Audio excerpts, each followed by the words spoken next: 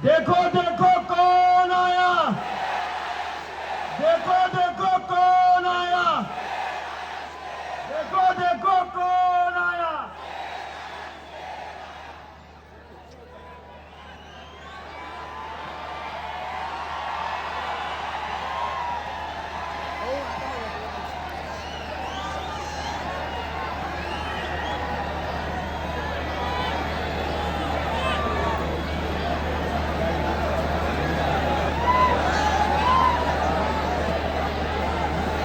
बिस्मिल्लाहिर्रहमानिर्रहीम। अस्सलाम वालेकुम व रहमतुल्लाहि व बरकातहू।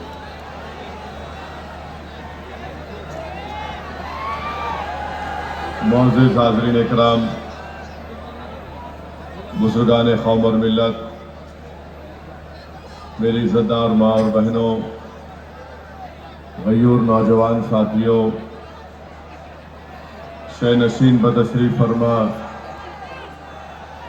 धूलिया के आमदार वो उम्मीदवार MIM पार्टी जनाब फारूक शाह साहब, हैदराबाद से तशरीफ़ लाए आमदार जनाब माजिद हुसैन साहब, जनाब शोएब मुल्ला साहब और मंच पर बैठे हुए तमाम मेरे मंजलिसी साथी और अभी समाजवादी पार्टी के जो ज़िला सदर मजलिस इत्तेहादुल मुस्लिमीन में शामिल हुए हैं, इंडियन यूनियन मुस्लिम लीग ने भी मजलिस में उनकी तायीद और शामिल हुए हैं। मेरे अजीज़ दोस्तों और बुज़ुर्गों, मैं आपको ये बताने के लिए आया हूँ कि 20 नवंबर के दिन आप तमाम को मुत्तहदा तौर पर अपने एक एक वोट का इस्तेमाल मोहतरम जनाब फारूक शाह साहब के हक़ में करना है।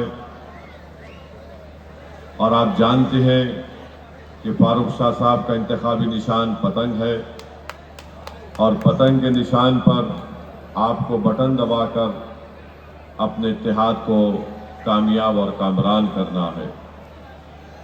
मैं धूलिया के ऊपर आने से पहले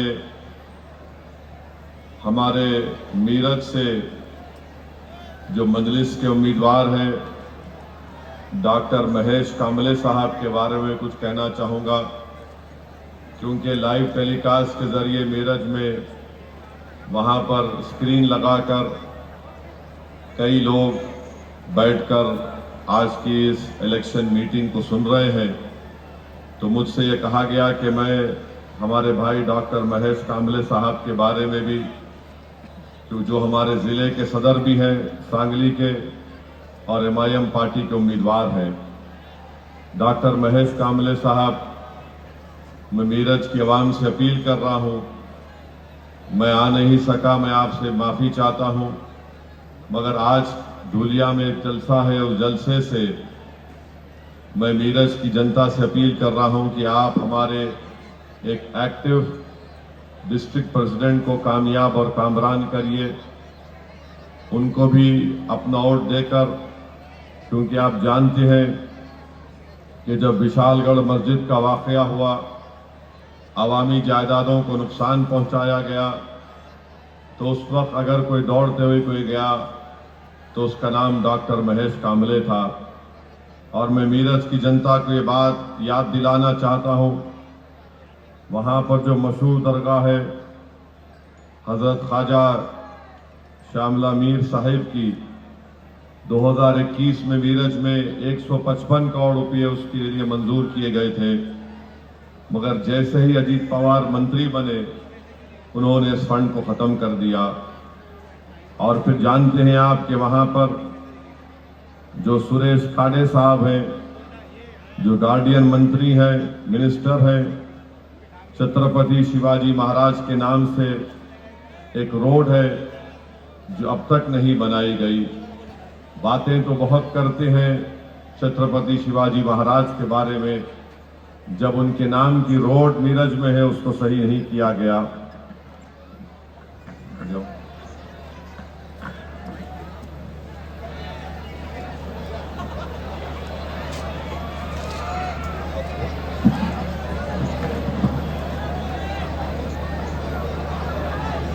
और फिर मीरज में छत्रपति शिवाजी महाराज के नाम पर स्टेडियम है। उस स्टेडियम में जितना पानी लीक होता है, पिछले कई सालों से उसको ठीक नहीं किया गया। और फिर वहां पर ना मच्छी मार्केट ना मटन मार्केट का कोई इंतजाम किया गया। एक मिशन हॉस्पिटल है, वहां के मंत्री ने उसकी कोई मदद नहीं की। अब वो मिशन हॉस्पिटल बंद होने के दहाने पर आ गया। मैं मीरज की जनता को याद दिलाना चाहता हूं कि बेदाग गांव में बीजेपी के सरपंच ने पालक मंत्री सुरेश खड़े को साथ मिलाकर बाबा साहब अंबेडकर के नाम पर जो स्वागत कमान बनाया गया था उसको डिमोलिश किया। यही डॉक्टर महेश कामले साहब थे जिन्होंने मुंबई तक मार्च निकाला और पूरे भारत में इसको इशू बनाया। और आज उन्हीं की मेहनत की बिना पर 27 लाख की लागत से दोबारा वो अंबेडकर स्वागत कमान का काम तामीर हो गया। गुस्ताख रसूल का जब मसला आया, जिसने अनाप शनाप बकने की कोशिश की, जनाब डॉक्टर महेश कामले साहब आगे बढ़कर एहतजाज किए, पुलिस कंप्लेन किए। तो मेरी तमाम मीरज की जनता से ये पुरजोर अपील है कि आप 20 तारीख के दिन मेरे छोटे भाई डॉक्टर महेश कामले साहब को अपना वोट देकर आप मीरज की जनता के लिए एक बेहतरीन आमदार को इलेक्ट करिए ताकि आपके मसाइल हल हो सके। क्योंकि इलेक्शन आया तो बहुत से पार्टी के लोग सेकुलरिज्म का कपड़ा पहनकर हमारे दरमियान में मीरज में भी आ रहे हैं। आप उनसे पूछिए कि जब पार्लियामेंट का इलेक्शन हुआ था, उन्होंने अपनी पार्टी से क्यों एक उम्मीदवार भी अल्पसंख्यक समाज का नहीं उतारा। और फिर लोग बुलंदबान दावे भी करते हैं, मगर मैं मीरज की जनता से फिर से अपील कर रहा हूं कि 20 नवंबर के दिन आप अपना एक अकॉर्ड वहां पर एमआईएम पार्टी के कैंडिडेट को वोट देकर उनको एक अपना नया आमदार बनाइए। और मैं यकीन के साथ कह सकता हूं कि हमारे भाई डॉक्टर महेश कामले एक हरकियाती आदमी है, सेकुलर है। और अगर तमाम अल्पसंख्यक समाज और मराठा समाज के भी रिजर्व आरक्षण का मसला है, डॉक्टर महेश कामले मराठा समाज के बहुत बड़े लीडर जनाब जरांगे पाटिल साहब से भी जाकर मिलकर आए। तो मेरी उन तमाम मीरज की जनता से अपील है कि आप हमारे भाई डॉक्टर महेश कामले साहब को वोट देकर कामयाब करिए। मेरे अजीज दोस्तों और बुजुर्गों, धूलिया के लिए आप जानते हैं कि 5 साल पहले आप तमाम लोगों ने अपने इत्तेहाद का सबूत दिया, अपने सियासी शऊर का सबूत दिया, जिसकी बिना पर जनाब फारूक शाह साहब को कामयाबी से आपने हमकिनार किया। मेरी आपसे गुजारिश यही है कि 20 तारीख के दिन भी अगर आप मुत्तहिदा तौर पर अपने के वोट का इस्तेमाल पतंग के निशान पर फारूक शाह साहब के हक में करेंगे तो यकीनन इंशाअल्लाह ताला वो दोबारा धूलिया की आवाम की खिदमत करेंगे और आमदार मुंतखब होंगे। अगर आप मुत्तफिक रहेंगे तो यकीनन दोबारा इंशाअल्लाह जनाब फारूक शाह साहब धूलिया के आमदार बनेंगे। आप जानते हैं कि 5 साल में अल्हम्दुलिल्लाह धूलिया में कोई दंगा फसाद नहीं हुआ। और मैं ये बात बड़ी जिम्मेदारी के साथ कह रहा हूं कि जनाब फारूक शाह साहब ने धूलिया की तारीख में किसी भी आमदार ने इतना विकास का या डेवलपमेंट का काम नहीं कराया जो जनाब फारूक शाह साहब ने अपने 5 साल में करवाया।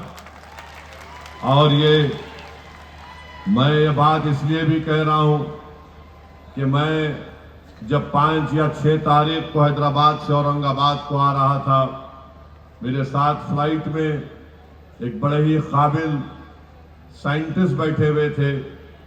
उन्होंने मुझसे कहा कि आप कहाँ जा रहे हैं? मैंने कहा कि मैं औरंगाबाद जा रहा हूं। उन्होंने मुझसे कहा कि उनका ताल्लुक धूलिया से है और उन्होंने कहा कि मैंने ये देखा कि फारूक शाह ने धूलिया में इतना तरक्की, डेवलपमेंट और विकास का काम कराया कि किसी ने भी इतना काम नहीं कराया।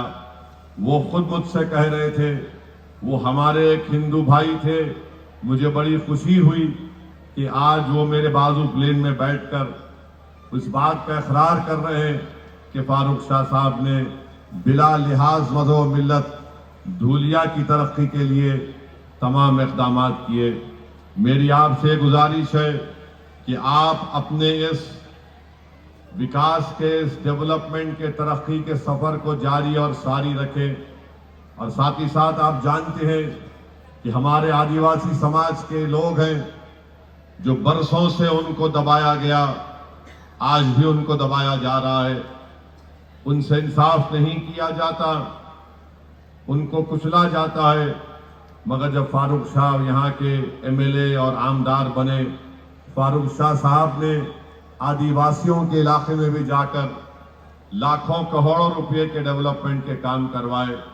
और मैं धुलिया के आदिवासी अवाम को ये तयखुन दे रहा हूँ, वादा कर रहा हूँ, बल्कि महाराष्ट्र और भारत के तमाम आदिवासियों को एमआईएम पार्टी और ओवैसी इस बात का आपको वादा कर रही है, आश्वासन दे रही है कि हम हमेशा आपके साथ ठहरे थे और मुस्तकबिल में भी, फ्यूचर में भी हम आपके साथ खड़े रहेंगे।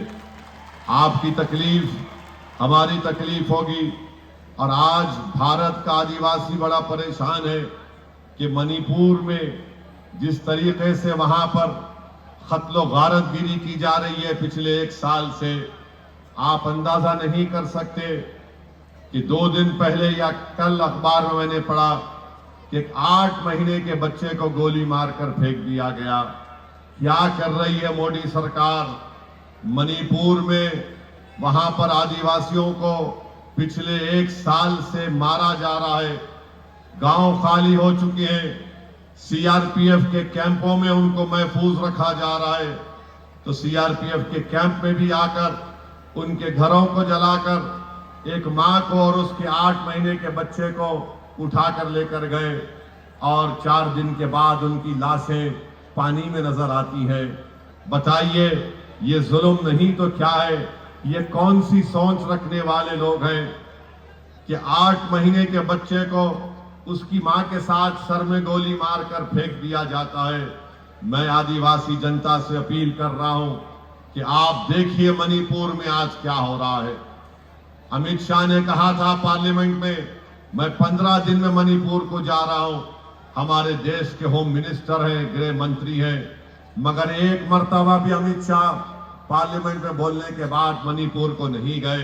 जिस जगह पर जिरबाम जो जगह है जहां पर आज यहां पर कत्लो गारतगिरी की जा रही है, अमित शाह वहां पर नहीं जाते। क्यों नहीं जाती अमित शाह? भारत के वजीर आजम, प्रधानमंत्री नाइजीरिया जाते हैं, इटली जाते हैं, कहां कहां चले जाते, मगर देश में 1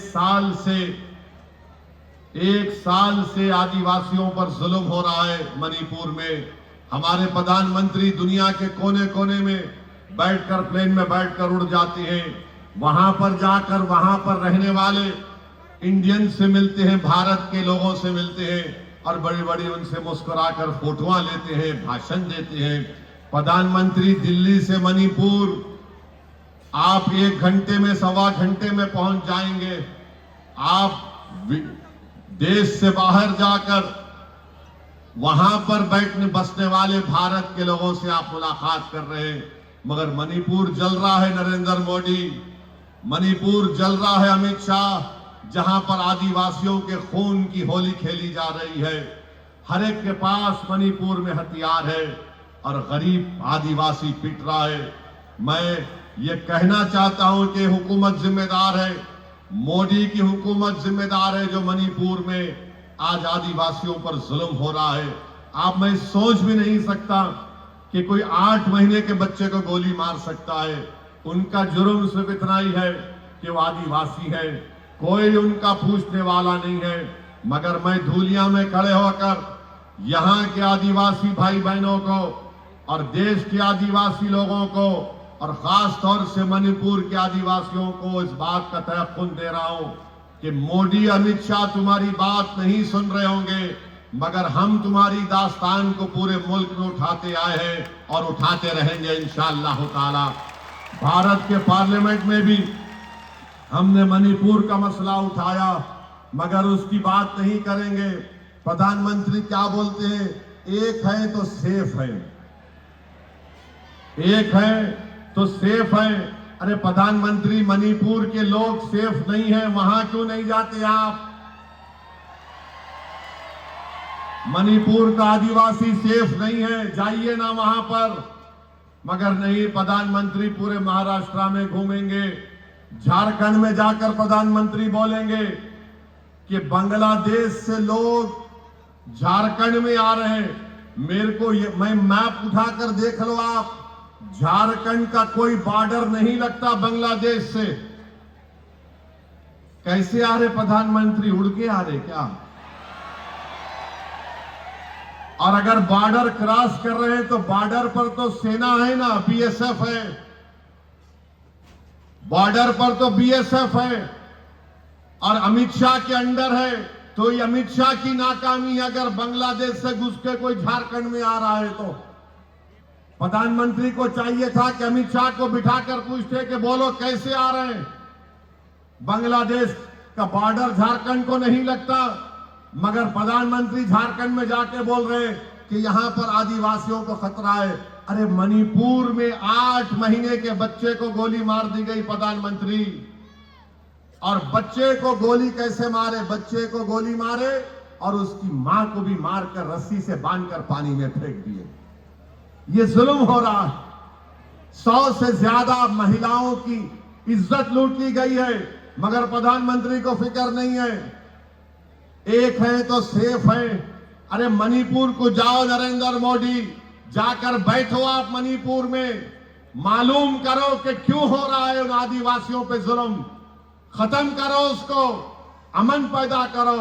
मगर नहीं, महाराष्ट्र में चुनाव है तो प्रधानमंत्री हर जगह पर प्लेन से उतरते हैं, आते हैं, अपनी लंबी लंबी फेंक कर चले जाते हैं। और फिर आप देखिए, धूलिया में या महाराष्ट्र में चुनाव हो रहा तो उत्तर प्रदेश के मुख्यमंत्री को ला लिए यहां पर। बाबा आ गए महाराष्ट्र में, बाबा आकर बोलना शुरू कर दिए, बटेंगे तो कटेंगे, बटेंगे तो कटेंगे। इसका मतलब क्या है बोलो? तुम किसको बोल रहे बटेंगे तो कटेंगे? मैं बीजेपी को, अमित शाह को, आरएसएस को, मोहन भागवत को और ये मुख्यमंत्री उत्तर प्रदेश को जो आजकल एक टूरिस्ट के तौर पर पूरे महाराष्ट्र में फिर रहे हैं, तुम बटेंगे तो कटेंगे बोल रहे ना। तो फिर आपको मैं बता रहा हूं, उत्तर प्रदेश में महारानी लक्ष्मीबाई मेडिकल कॉलेज झांसी में 10 बच्चों, जो मासूम बच्चे होते हैं पैदा होने के बाद, जिनको न्यू नेटल केयर बोलते हैं, उसमें रखा जाता है, 10 बच्चे जल के मर गए उसमें। 10 बच्चे झांसी में, झांसी लक्ष्मीबाई मेडिकल कॉलेज उत्तर प्रदेश में 10 बच्चे जल के मर गए। ये मुख्यमंत्री वहां पर नहीं गया। वो जो मां बाप अपने मासूम बच्चों को खो दिए, उस मां को तसल्ली देने नहीं गया जिसने 9 महीने अपने पेट में एक बच्चे को रखा, बेटी को रखा। जन्म देने के बाद, पैदा करने के बाद बच्चों में कॉम्प्लिकेशन आया तो न्यू नेटल केयर में रखा। ये ऐसा बेदिल मुख्यमंत्री है कि वहां पर जाकर उन बच्चों, जो बच्चे मर गए, उनके मां बाप के सर पर हाथ रखता, वहां पर नहीं गए। यहां महाराष्ट्र में चुनाव है, आ गए और क्या बोल रहे? बटेंगे तो कटेंगे। अच्छा, आपको मालूम, ये जब अस्पताल में आग लगी, आप एक नाम लिख के रख लो, उसका नाम है याकूब मंसूरी। याकूब मंसूरी का नाम लिख लो। याकूब मंसूरी की बीवी ने 2 जुड़वा बच्चियों को जन्म दिया, उनको न्यू नेटल केयर में रखा गया और याकूब मंसूरी उस न्यू नेटल केयर के वार्ड के बाहर सो रहा था। आग लगी तो याकूब मंसूरी अंदर कूद गया अंदर कूदकर उसने 10 ऐसे मासूम 6 महीने के 3 महीने के बच्चों को बचाया और उनको लाकर 10 बच्चों को उसने जान बचाई। मगर याकूब मंसूरी ये नहीं देख रहा था योगी आदित्यनाथ कि किसका बच्चा है। याकूब मंसूरी के दिमाग में एक ही था कि बच्चे मासूम है और याकूब मंसूरी उन बच्चों को निकाल निकाल कर बाहर ला रहा था। और हुआ क्या याकूब मंसूरी अपने 2 बेटियों को बचा नहीं सका, उसकी दोनों बेटियां आग में जल गई। याकूब मंसूरी की दोनों बेटियां आग में जल गई। अब बोलो योगी आदित्यनाथ, बटेंगे कटेंगे तुम बोल सकते याकूब मंसूरी के सामने जाकर? बोलो बीजेपी वालों, तुम बोल सकते याकूब मंसूरी के चेहरे पे जाकर बटेंगे तो कटेंगे? क्या देवेंद्र फडणवीस बोल सकते याकूब मंसूरी को और जिहाद धर्म युद्ध? अरे इंसानियत भी कोई चीज होती है बीजेपी वालों। तुम क्या करना चाह रहे हो इस देश से? तुम आदिवासियों का कत्लेआम मणिपुर में नहीं रोक पा रहे हो। ये तुम जिस मुख्यमंत्री को लाकर महाराष्ट्र में फिरा रहे हो उसको, वो बटेंगे कटेंगे की बात कर रहा है। भाई रुक जाओ ना थोड़ी देर के लिए, रुक जाओ ना थोड़ी देर के लिए। क्या है वो? रुक जाइए थोड़ी देर के लिए। रुक जाइए, क्यों? कुर्सियां छोड़िए, बैठिए।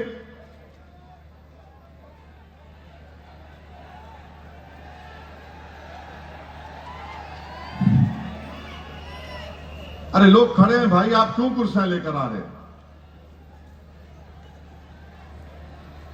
आज आप देखते हैं कि ये बातें कोई नहीं करता।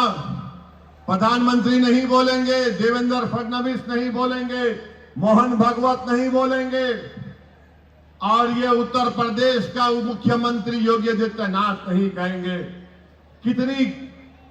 कितनी कैसी बात है ये कि एक प्रदेश में अस्पताल में 10 बच्चे जल जाते हैं और वो मुख्यमंत्री वहां जाने के बजाय झांसी को महाराष्ट्र में चुनाव की वोट की अपील बांध के फिर रहा है और वही बोल रहा है बटेंगे तो कटेंगे, फुला ऐसा है, ये है।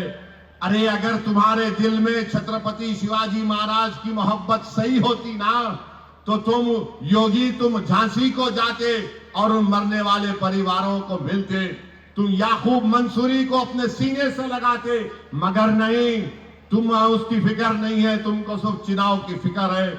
मेरे अजीज दोस्तों और बुजुर्गों, और फिर आप देखते हैं कि धूलिया में यहां पर जो बीजेपी के उम्मीदवार हैं वो भी फिर से रुक नहीं रहे हैं। पिछले बार, अरे भाई रुक जाओ ना, क्यों कर रहे हो?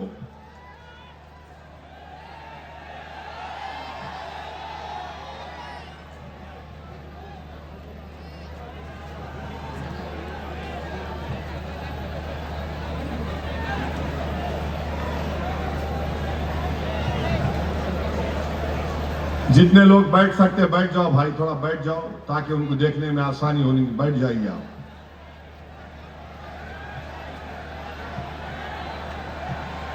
मेरे अजीज दोस्तों और बुजुर्गों, मैं आपसे कह रहा था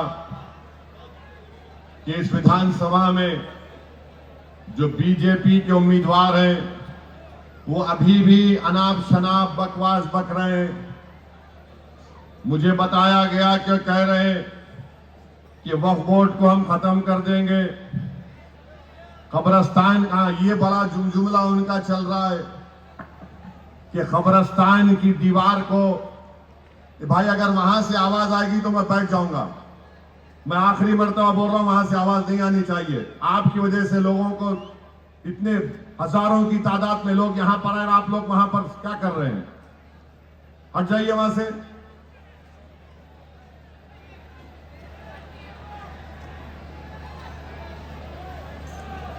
ये बीजेपी का कैंडिडेट रुक नहीं रहा है, अनाप शनाप पक रहा है और कह रहा है कि हम कब्रिस्तान की दीवार को तोड़ देंगे।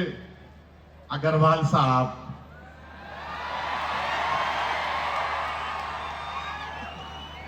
तुम मुर्दों को नहीं छोड़ रहे तो जिंदों को क्या करने वाले हैं तुम? कब्रिस्तान में जो दुनिया से चले गए उन्हें आराम से सो रहे, तुम उनको डिस्टर्ब करना चाहते। अगर कोई निकल के तुमको पकड़ लिया तो शाह साहब, फिर उसको छुड़ाने का काम इनके पास ही है। मंत्र हो मत करो अग्रवाल साहब, कोई निकल गया पकड़ लिया, बहुत मुश्किल हो जाएंगी तुम्हारे को। देखो फिर तुम हमसे मुकाबला करो, हम जिंदे हैं ना यहाँ पर। मैं कब्रिस्तान को तोड़ दूंगा। अंदाजा लगाइए कि ये मरने वालों को भी नहीं छोड़ने वाला है। ये नु बोले, स्टेटमेंट है उनका। फिर बोले मस्जिद के सामने डीजे बजाता हूं। क्यों, आप डिस्को डांसर है?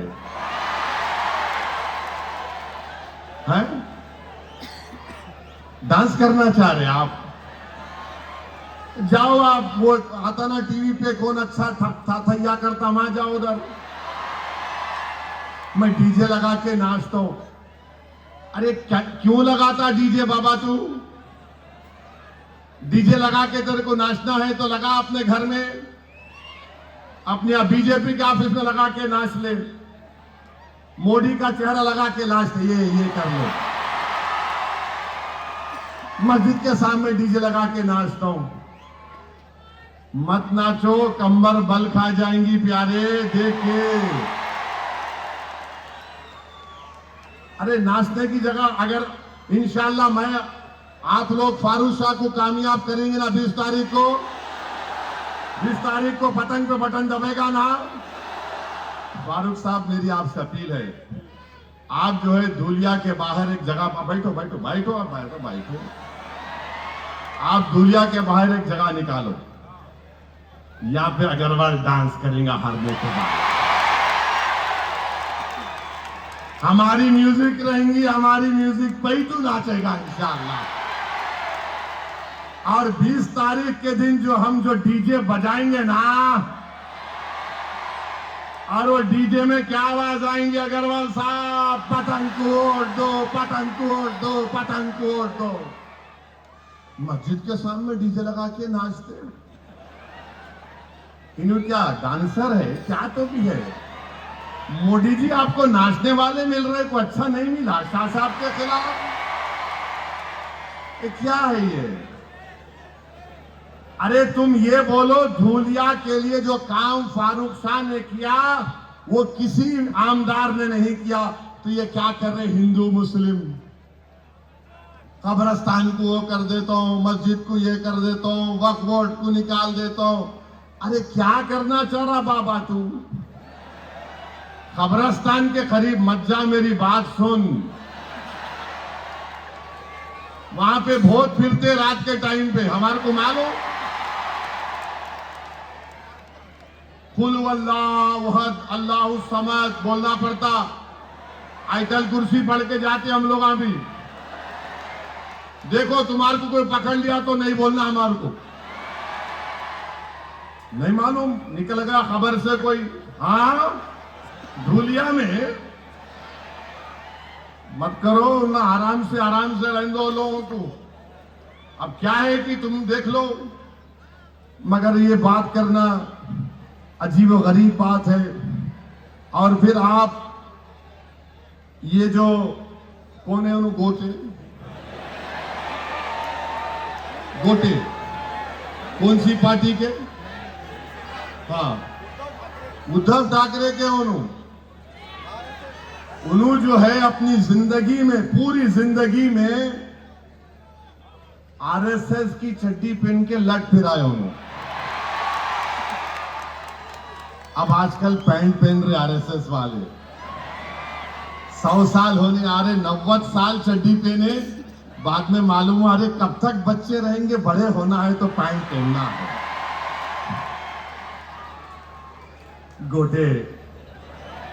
गोटे साहब, ऐसा नहीं, हम जानते, हर एक का सिजरा है हमारे पास।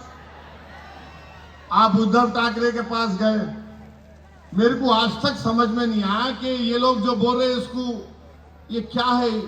उद्धव ठाकरे तो बहैसियत मुख्यमंत्री महाराष्ट्र की विधानसभा में खड़े होकर बोले कि हमको फख्र है कि हमारे शिव सैनिकों ने बाबरी मस्जिद को तोड़ा।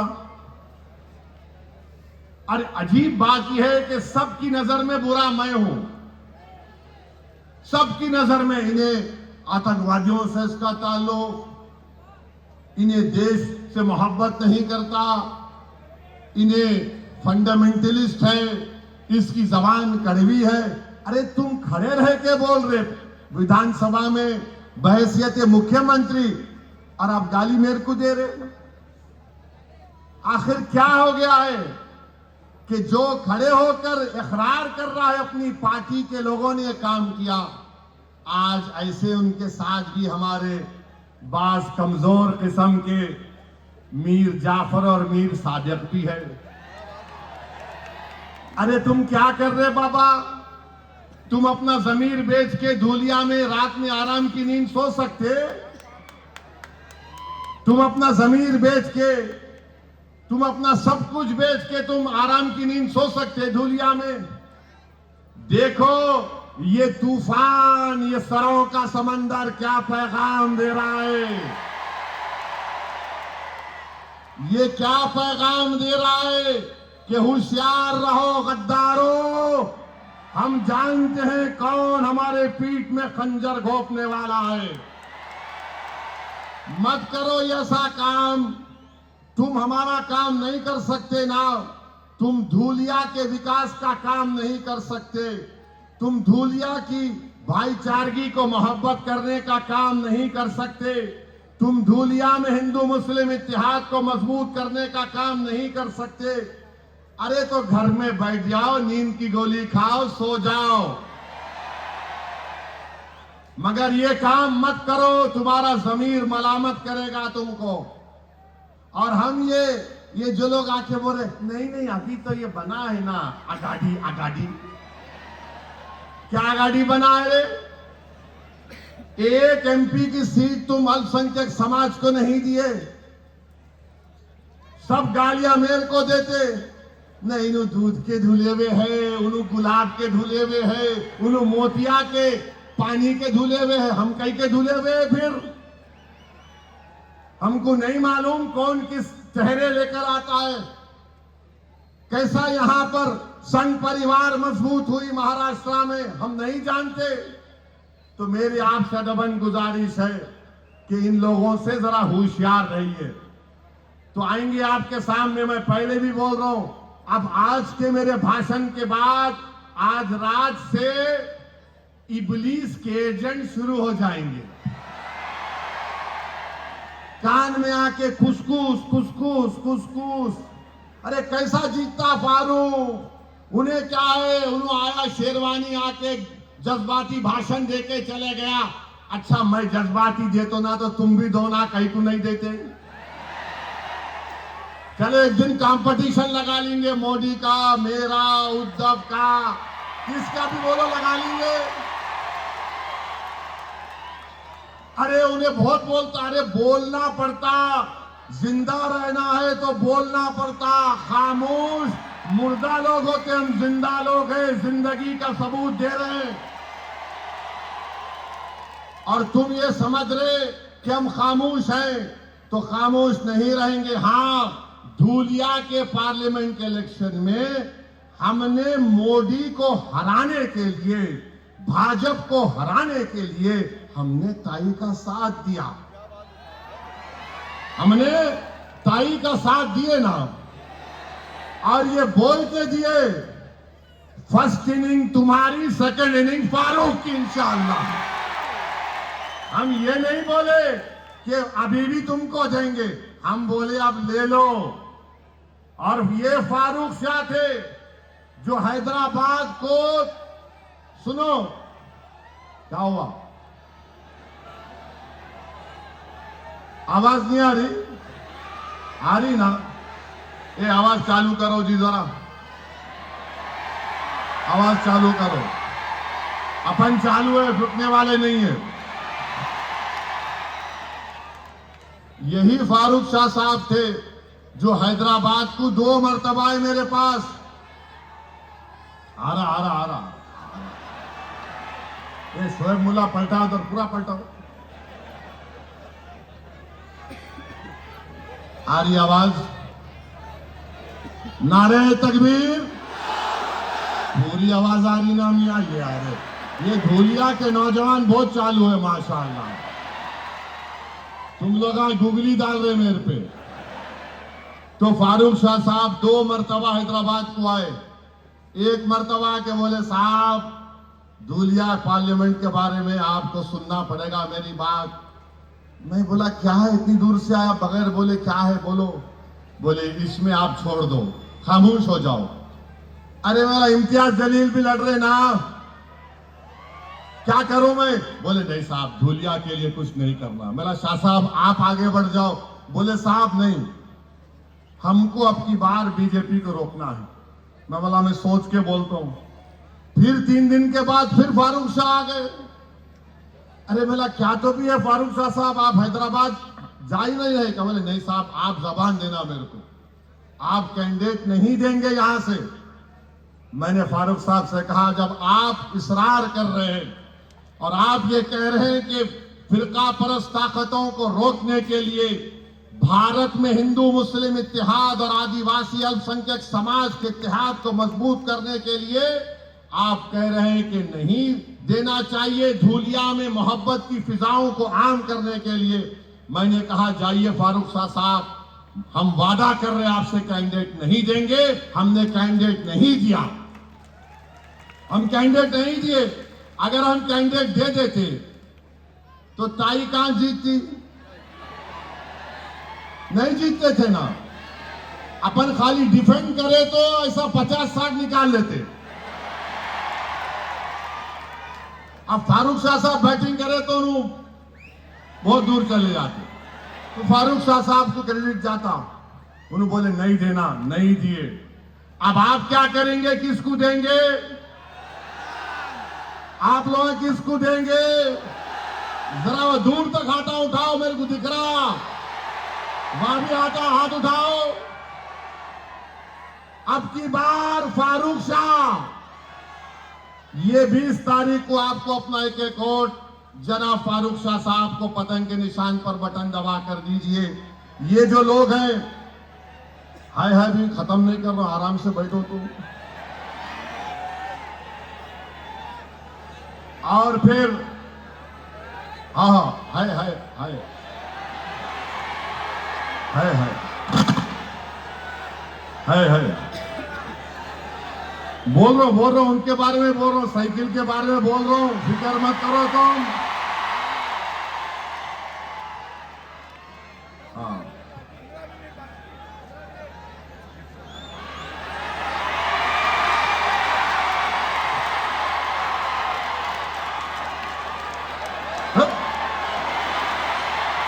सब गाली दे रहे मेरे को। टीवी में एंकरा बैठ के ऐसा, टीवी में हर एंकर बैठ के ऐसा बोल रहा जैसा मेरा ससुरा बना हुआ है उन्हें। हमारा भी टाइम आएगा, फिक्र मत करो एंकर टीवी वालों। हाँ हाँ, अब आपको मैं बोल रहा था, ये साइकिल वाले भी हैं। साइकिल की दोनों पहियों में पंक्चर है। चेन आप उतार लिए, मेरे को मालूम साइकिल की। अब इन्हों ये समझ रहे कि मैं गम के पैंडला मारूंगा धूलिया में। मारो गम के पैंडल, तुम गम के ही पैंडल मारोगे। मगर इनका मकसद क्या है कि ये इनको पैसे दोनों से मिल रहे, इनको दोनों से। अब ये क्या कर रहे, मिठाई खा रहे, आपके इत्तेहाद को तोड़ना चाह रहे, आपको कमजोर करना चाह रहे। याद रखिए, याद रखिए, ये इलेक्शन फारूक शाह का नहीं है, ये इलेक्शन धूलिया के अमन को मजबूत करने का है।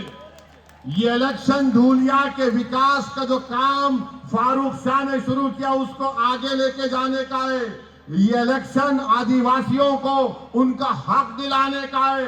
ये इलेक्शन हमारे दलित समाज को और ताकतवर बनाने का है, जिसको बाबा साहेब अम्बेडकर ने उनको एक मुकाम दिया, संविधान बनाकर, तो ये इलेक्शन 20 तारीख के दिन पोलिंग हमारे दलित समाज को साथ लेकर उनका दिल जीतकर उनको ताकतवर बनाने का इलेक्शन है।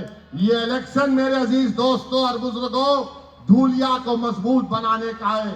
ये इलेक्शन मेरे अजीज दोस्तों और बुजुर्गों उन ताकतों को रोकना है जो मजहबी इबादत गाहों को खत्म करना चाहते हैं, जो वक्फ बिल को कानून बनाना चाहते हैं।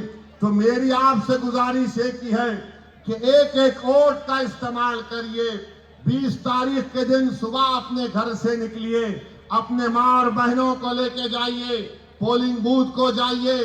धूलिया के आपके इत्तेहाद को मजबूत रखने के लिए याद रखिए, ये गोटे और अग्रवाल धूलिया के लिए इलेक्शन नहीं लड़ रहे। धूलिया के लिए अगर कोई इलेक्शन लड़ रहा है तो उसका नाम फारूक शाह है। ये गोटे और अग्रवाल धूलिया के इलेक्शन नहीं लड़ रहे, गरीबों को हक दिलाने के लिए नहीं लड़ रहे, आदिवासियों को मजबूत बनाने के लिए, दलितों को गले से लगाने के लिए, मराठाओं के आरक्षण की लड़ाई अगर कोई लड़ रहा है तो उसका नाम फारूक शाह है। तो मैं आप तमाम से अपील कर रहा हूं कि 20 तारीख के दिन अपने वोट को जाया मत करिए। अरे ये कौन है ये लोग जो हमेशा जब हम कामयाबी की सिमत आगे बढ़ते हैं, जब हमको हमारी मंजिल मकसूद नजर आती है, तो ये लोग पीछे से वार करने वाले बुज़दिल लोग हैं। अरे समाजवादी ये कौन सा इनका, अच्छा समाजवादी भी आगाड़ी में है नहीं है ना, आगाड़ी में है समाजवादी। तो गोटे भी लड़ रहे फारूक के खिलाफ, ये साइकिल वाला भी लड़ रहा, और उधर अग्रवाल साहब है। माने ये तीनों एक होकर एक फारूक से लड़ने को आ रहे, माने तीनों एक साथ हो गए। तू ये कर, तू वो कर, मैं ये कर। बहरहाल तीनों का काम क्या है, कैंची कठिन करना खाली। तो कैंची को चलने मत दो धूलिया की आवाम, मोहब्बत को आम करो, नफरत को खत्म करो। देश के प्रधानमंत्री यहां पर आए थे, आकर यहां पर धूलिया के तमाम डिस्ट्रिक्ट के अपने लोगों को बुलाया और बड़ी बड़ी बातें की। अब आपको हम बता रहे हैं, प्रधानमंत्री तो भाषण बहुत करते हैं, मगर मैं आपको बता रहा हूं धूलिया की आवाम मेरी इस बात से मुत्तफिक होगी। और वो क्या है सुनो आप, अब वो क्या है जरा सुनो आप। कहां है वो? हाँ है। कहां है? हाँ आ गया। अब प्रधानमंत्री नरेंद्र मोदी बोल रहे एक है तो सेफ है, फडणवीस बोल रहे वोट जिहाद, धर्म युद्ध। उन्होंने जो उत्तर प्रदेश से महाराज आए, बटेंगे तो कटेंगे। अग्रवाल बोल रहे मैं कब्रिस्तान में जो लोग सो रहे उनको उठा दूंगा, उठाओ, डीजे बजाऊंगा।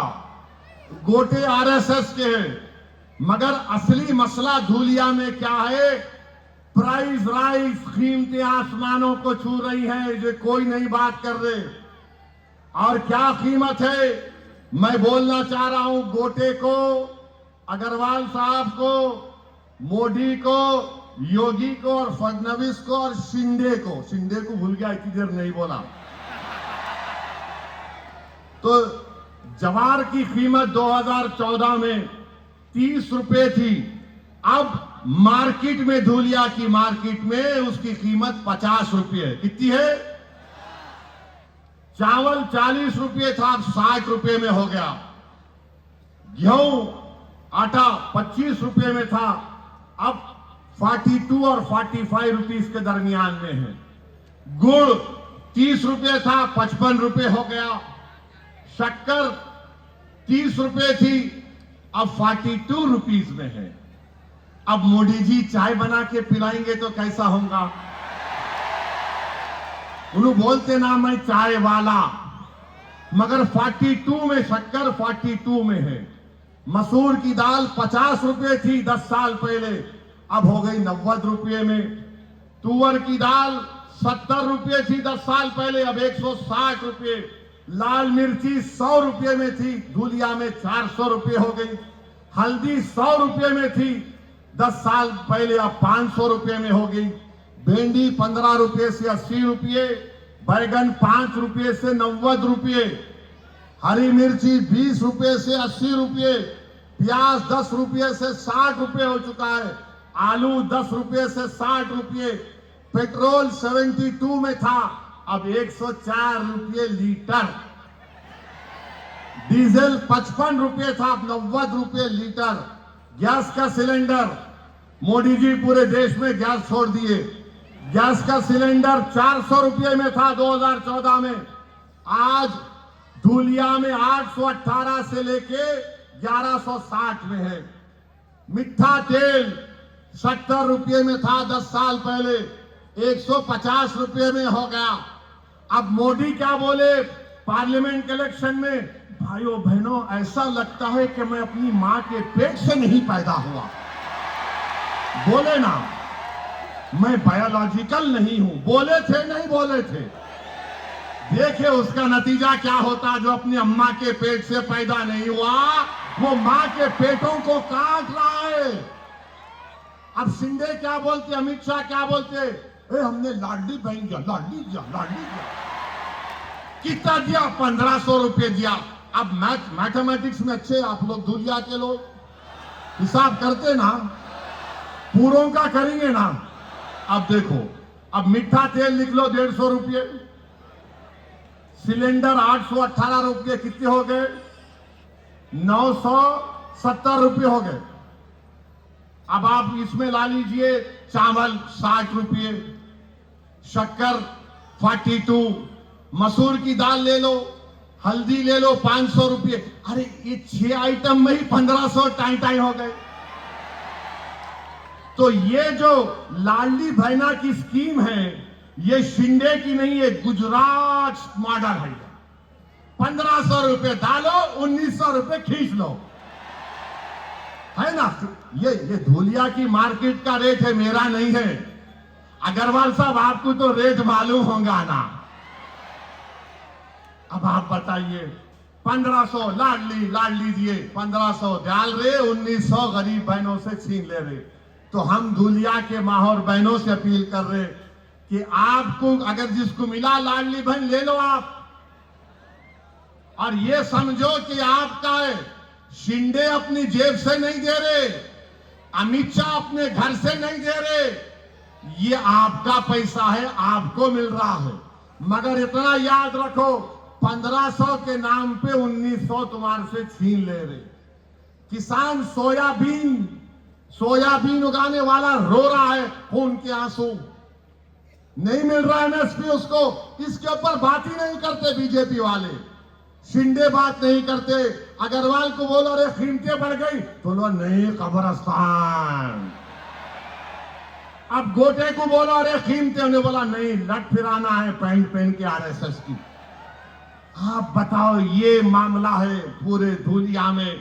तो मेरी आपसे दबन गुजारिश है कि आप अपना एक वोट मीरठ में, धुलिया में और जहां जहां एमआईएम पार्टी के कैंडिडेट्स हैं, उनकी लिस्ट मैं आपके सामने रख रहा हूं कि उन उम्मीदवारों को आप अपना वोट दीजिए।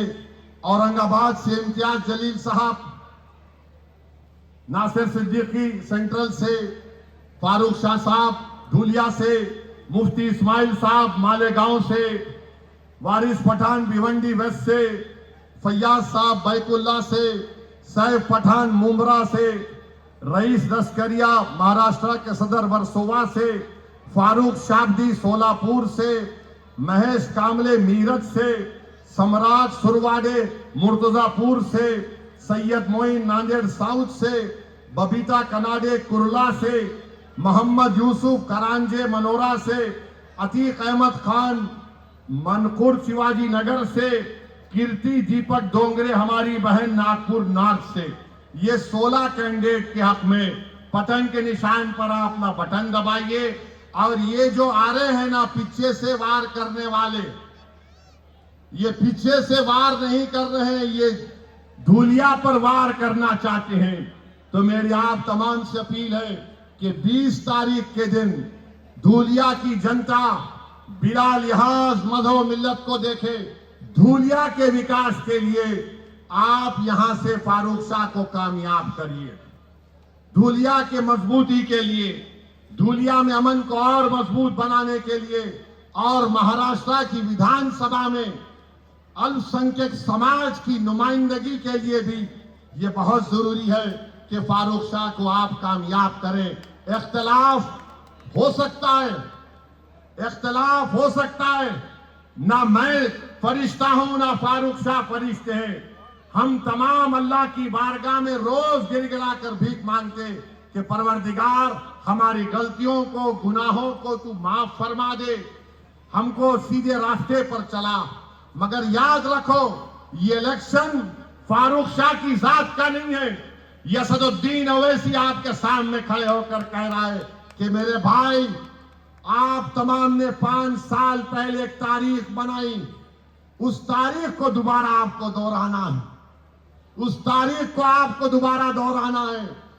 मुंतशिर मत हो, इत्तेहाद को मजबूत रखो और 20 तारीख के दिन आपको मालूम हो जाएगा कि धूलिया का दोस्त कौन है और आपका दुश्मन कौन है, कौन आपका हमदर्द है, कौन आपकी रहबरी कर सकता है और कौन हमको बर्बाद करना चाहता है।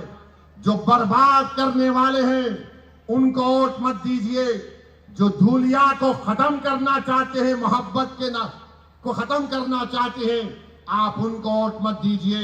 मेरी आप तमाम से अपील है कि 20 तारीख के दिन पूरे इत्मीनान के साथ, पूरे अपने अफराद खानदान के साथ निकलकर धूलिया को कामयाब करने के लिए, मोहब्बत को कामयाब करने के लिए, नफरत को खत्म करने के लिए आपको फारूक शाह को वोट देकर कामयाब करिए। मैं तमाम लोगों से अपील कर रहा हूं कि फारूक शाह को कामयाब करिए। आज ये आदमी दिन रात आपके दरमियान में रहा, इसने कोशिशें की, लड़ लड़ कर सरकार से पैसा लाकर काम करवाया। ये आपके वोट का मुस्तहिक है, ये धूलिया के लिए जरूरी है।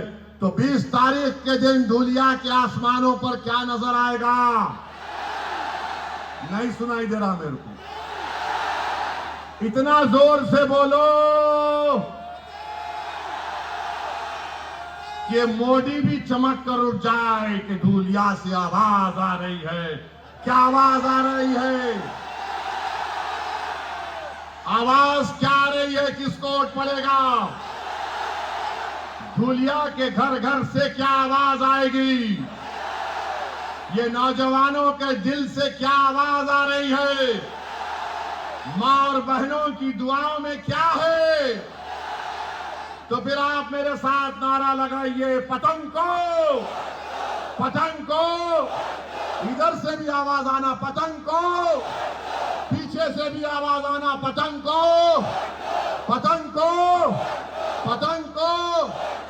इत्तेहाद को बरकरार रखेंगे ना मेरे भाई? इत्तेहाद को मजबूत रखेंगे? कोई आकर तुम्हारे इत्तेहाद को नहीं तोड़ पाएगा ना? अरे वहां पे अपनी बोलो, हाथ उठाकर लगा नारा, इत्तेहाद जिंदगी है। और 20 तारीख को आप पर हम क्या करेंगे? ऐसा डाल के, रिएक्शन लेके, जिप जिप जिप जिप बहुत बहुत शुक्रिया। अल्लाह आपको कामयाब करे। अस्सलाम वालेकुम व रहमतुल्लाहि व बरकातहू।